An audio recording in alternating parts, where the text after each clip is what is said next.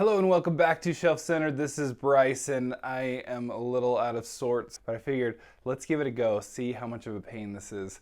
I do have some on the way.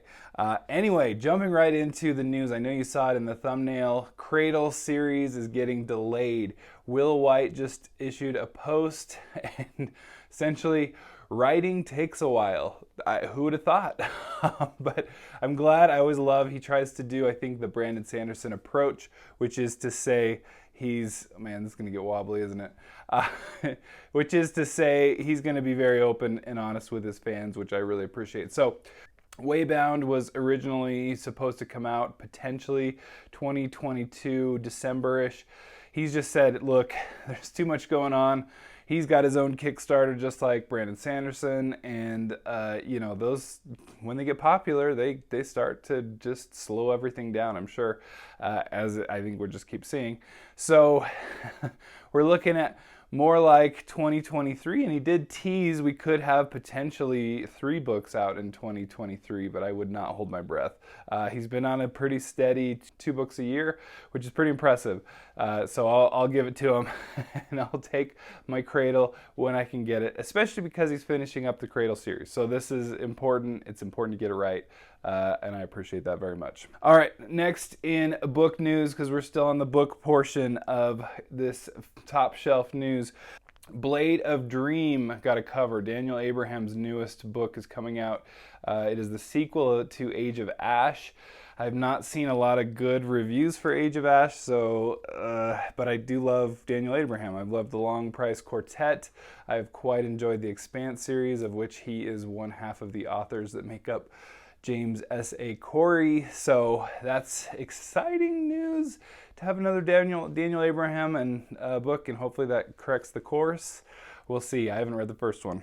Another one in just books that I am curious about and found some interest in, Sewell, and I don't know if I'm pronouncing that right, by J. Davis and K. Grierson, and I apologize if I pronounced any of those names wrong. Just looks really cool. It looks like I might be getting a review copy, so I'm very excited for that. So check it out and let me know your thoughts. All right, I didn't see a lot of news about this, but I thought I'd just throw it out there. Orbit is apparently having a new publishing section, so I'll post whatever article that I can and link down below. But I didn't see a whole lot. I just kind of wrote down that this was happening in my notes. All right, Sandman Act 3 is out on Audible now. It's all over Audible, so if you even remotely go to that site, you're going to have seen it. You're going to have seen it probably too much by now, but I'm excited for that. The Sandman audiobooks are good. They're nuts. They've got such a stellar cast, like the best cast for an audiobook that you'll probably ever find, frankly. And so this is good news. More acts, there's lots of good stuff from the comics, I know. All right, jumping into some quick media. You probably already heard it again faster than I'm going to get it to you, but looks like Hugh Jackman might be reprising his role in Deadpool as Wolverine. That's exciting. I know Ryan Reynolds and him have had this frenemies kind of silly relationship, and the teaser trailer is pretty funny. If you haven't seen that, I'll link that below. But it's good news, and I think it's been long enough since Logan that you can go back into it, and they've made it pretty clear that this isn't like Logan's in the future, and it's this futuristic time, and so really he can come back to it as much as he wants. So that's where I'm like, that argument doesn't quite work because of the fact that he was kind of like, this is it, I'm done. And so as I heard somewhere, I forget, it might have been Daniel Green, there's probably just going to be a lot of old jokes. So, because that's the thing with Wolverine, is that he kind of stays young for a long, long time and would have to be extremely old to look his age, I guess.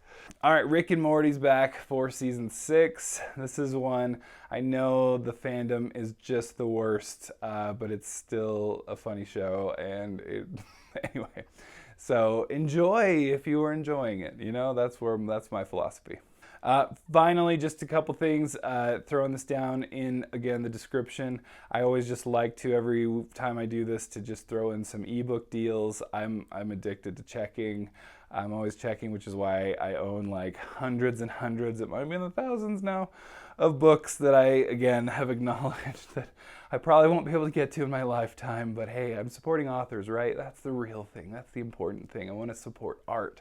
Anyway, if you want to do the same, check it below, and with all my disclaimers and everything. So anyway, this has been Bryce with Top Shelf News for Shelf Centered, Esquire, and I'll catch you later. Don't forget to like and subscribe if you like this kind of really terrible lighting and my weak arm that is my stand.